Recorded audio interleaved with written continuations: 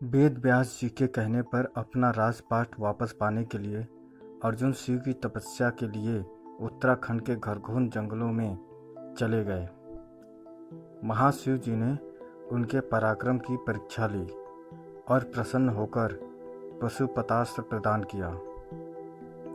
उसके बाद शिव शंकर वहाँ से अंतर्ध्यान हो गए।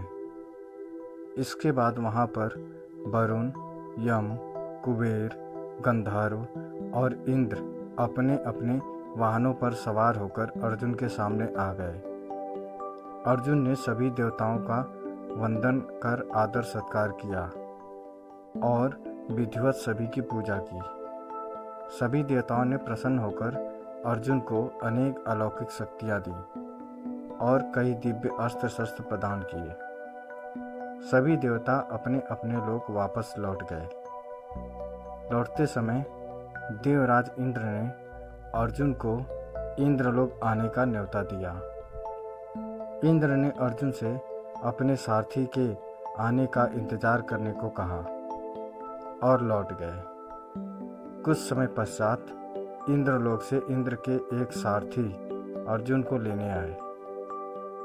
इंद्र के सारथी मातली वहां पहुंचे और अर्जुन को भव्य विमान में बिठाकर देवराज इंद्र की नगरी अमरावती ले गए। देवराज इंद्र ने अर्जुन का आदर सत्कार किया और उन्हें एक सुसज्जित आसन पर विराजमान करवाया।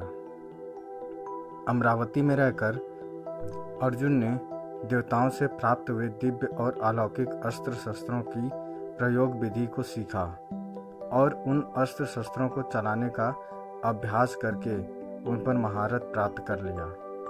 देवराज इंद्र के कहने पर अर्जुन चित्रसेन नामक गंधर्व से संगीत और नृत्य कला सीखने लगे। एक दिन अर्जुन चित्रसेन के साथ संगीत और नृत्य कला का अभ्यास कर रहे थे। तभी वहां पर इंद्रलोक की एक बेहद खूबसूरत अप्सरा उर्वशी आई और अर्जुन को देखकर उन पर मोहित हो गई। अकेले में समय पाकर उर्वशी ने अर्जुन से कहा, हे अर्जुन, आपको देखकर मेरी काम वासना जागृत हो गई है।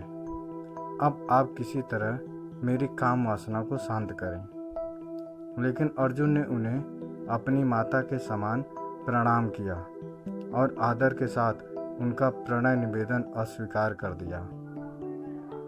अर्जुन की बातों से उर्वशी के मन को बड़ा क्रोध और दुख उत्पन्न हुआ और उसने अर्जुन से कहा, तुमने नपुंसकों जैसी बात कही है, इसीलिए मैं तुम्हें शाप देती हूँ कि तुम 1 वर्ष तक नपुंसक बनकर रहोगे। तुम्हें स्त्रियों में नर्तक बनकर रहना पड़ेगा।